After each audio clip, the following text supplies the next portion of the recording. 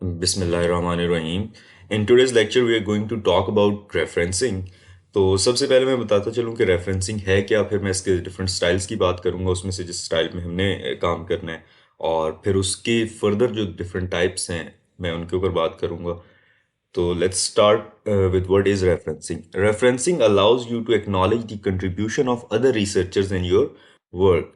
अगर आप रिकॉल करें तो इंट्रो में and as well as in literature मैंने आपसे कहा था कि आपने खुद से अपनी कोई ओपिनियन नहीं देनी, बल्कि साइंटिफिक रिसर्च में हमेशा आप एविडेंस की बेस पे बात करते हैं। और जब हम एविडेंस की बात कर रहे हैं तो ये एविडेंस आपको मिलता है फ्रॉम डिफरेंट रिसर्च स्टडीज। सो आप अपनी रिसर्च स्टडी में अगर कुछ क्लेम कर रहे हैं या तो कोई स्टैटिस्टिक मेंशन कर रहे हैं तो आपको साथ में उसका रेफरेंस ऐड करना होगा। अगर आप ये नहीं कर रहे तो दैट मीन्स कि आप किसी और का काम चोरी कर रहे हैं। That counts as plagiarism. That's why referencing is of huge importance. यानी आपने जब भी साइंटिफिक स्टडी में किसी और की बात लिखी है तो आपको साथ में रेफरेंस देना लाजमी है कि जी ये फलां बंदे ने बात की थी फलां पेपर में। रेफरेंसिंग की आगे फर्दर दो टाइप्स हैं, जिसमें पहली टाइप है in text citation and the second one is end references.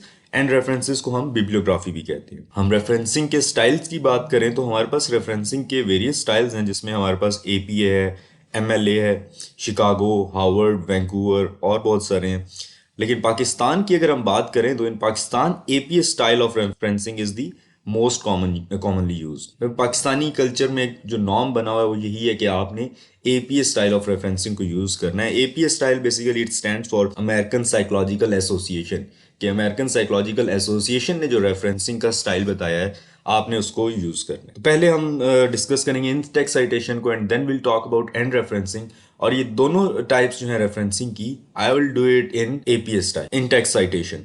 As the name implies, in-text citation is referencing the author in paragraphs। जब भी आप किसी दूसरी रिसर्च स्टडी को देखते हैं तो उसमें आपको नजर आएगा कि डिफरेंट पैराग्राफ्स में उसने जो है डिफरेंट पैरेंथेसिस के अंदर या पैरेंथेसिस से बाहर जो है उसने एक किसी शख्स का नाम लिखा होगा, साथ ईयर लिखा होगा। तो इस स्टाइल ऑफ रेफरेंसिंग को हम इन टेक्स्ट साइटेशन कहते हैं। जब भी आप किसी दूसरी स्टडी से कुछ अपनी स्टडी में इंक्लूड कर रहे हैं कोई भी बात, तो first thing you do is you paraphrase the author's ideas. यानी उस बंदे ने अपने पेपर में जो बात कही है उसको आप एज इट इज नहीं लिखेंगे, उसको आप रिफ्रेज करके लिखेंगे। And then you add the author's name and the year of publication. आप एक है या दो है या तीन ऑथर्स हैं, आप उनका नाम वहां पे मेंशन करेंगे उसके साथ, और किस ईयर में उन्होंने ये बात कही, यानी उनका जो पेपर है जिस पेपर में से आपने ये बात उठाई है वो पेपर किस ईयर में पब्लिश हुआ। Now in text citation has two further styles, जिसमें पहला स्टाइल है parenthetical style and the second one is narrative style.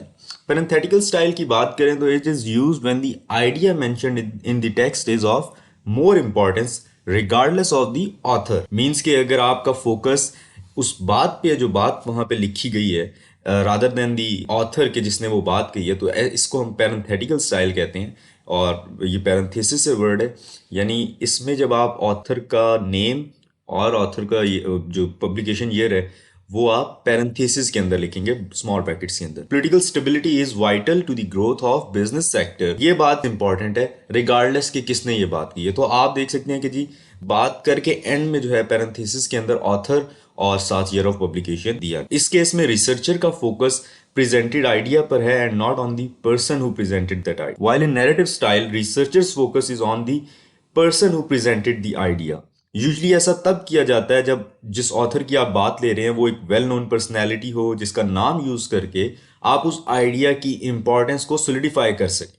For example मैं कहता हूँ कि Nelson Mandela in 1990 said that education is the most powerful weapon you can use to change the world. इस case में आप start author के name से करते हैं टू सोलिडिफाई द आर्ग्यूमेंट कि फलां बंदे ने ये बात कही, इसलिए ये बात जो है ठीक है, इसलिए ये बात जो है एक सर्टेन इंपॉर्टेंस कैरी करती। In both the styles you use the last name of the author's and the year of publication.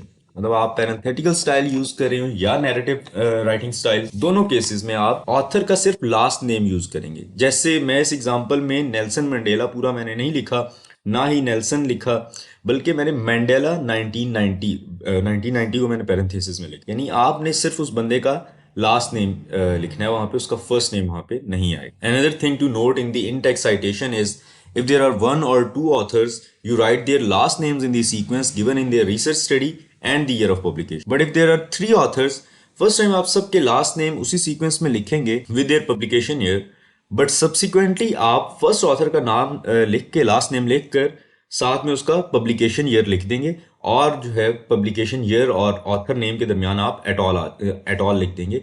Now this et al represents all others, यानी आपने फर्स्ट ऑथर का लास्ट नेम लिख दिया, et al is representing all the other authors in that publication, और साथ में आपने उसी तरह पैरेंथेसिस में पब्लिकेशन ईयर लिख। But if there are more than 3 authors, तो आप सिर्फ फर्स्ट ऑथर का लास्ट नेम लिखेंगे और एट ऑल लिख के फिर साथ में ईयर ऑफ पब्लिकेशन लिख देंगे। मतलब वहाँ पे आपको जो है, स्पेशली अगर आपको मतलब लाइक किसी पेपर में 6 या 7 ऑथर्स हैं, तो आप सबके नाम नहीं लिखेंगे, पहली दफ़ा भी नहीं लिखेंगे। आप सिंपली उसका जो फर्स्ट ऑथर है उस पेपर का, उसका लास्ट नेम लिखेंगे और एट ऑल के बाद आप ईयर ऑफ पब्लिकेशन लिखें। This was our in text citation. अच्छा, इसमें एक और चीज नोट करने वाली ये है कि जब आप पैरेंथेटिकल स्टाइल यूज करें तो पैरेंथेटिकल स्टाइल में एंड पूरा नहीं लिखेंगे। मतलब 2 ऑथर्स हैं तो आपने first author and second author के जब नेम्स लिखने हैं, लास्ट नेम्स, तो उसमें आप एंड फुल फॉर्म में नहीं लिखेंगे बल्कि उसका सिंबल यूज करेंगे, जैसे कि आप एग्जांपल में देख सकते हैं। लेकिन जब आप नैरेटिव स्टाइल में लिख रहे हैं तो आपने चूंकि पैरेंथेसिस से बाहर लिखना है, तो वो ग्रामेटिकल रूल है कि जब भी आप पैरेंथेसिस से बाहर लिख रहे हैं तो आपने एंड की फुल फॉर्म लिखनी है, उसका सिंबल नहीं यूज कर। The second type of referencing is and reference, and its purpose is to enable the reader to locate and retrieve the source you cite in the research study. In order to write end reference in APA style, you need following information. First of all, you need author's name. जितने भी authors हैं, 1 है, 2 है, 3 है, 4 है, सबके नाम आपके पास हों. Then you need a year of publication. Then you need the title of that research paper. Then you need the journal in which the research paper is published. Then you need the volume number of that journal. Then you need the issue number of that journal. Then you need the page number. Page number represents के उस journal में कौन से page से लेके कौन से page तक वो पेपर पब्लिश्ड है। फॉर एग्जांपल, जर्नल भी एक बुकलेट होती है। लेट्स से एक जर्नल है जिसमें 350 पेजेस, 350 पेजेस में डिफरेंट आर्टिकल्स पब्लिश। उसमें से आप जब पेज नंबर एक स्पेसिफिक आर्टिकल का देते हैं तो दैट रिप्रेजेंट्स कि ये आर्टिकल उस जर्नल में कौन से पेज से कौन से पेज तक है।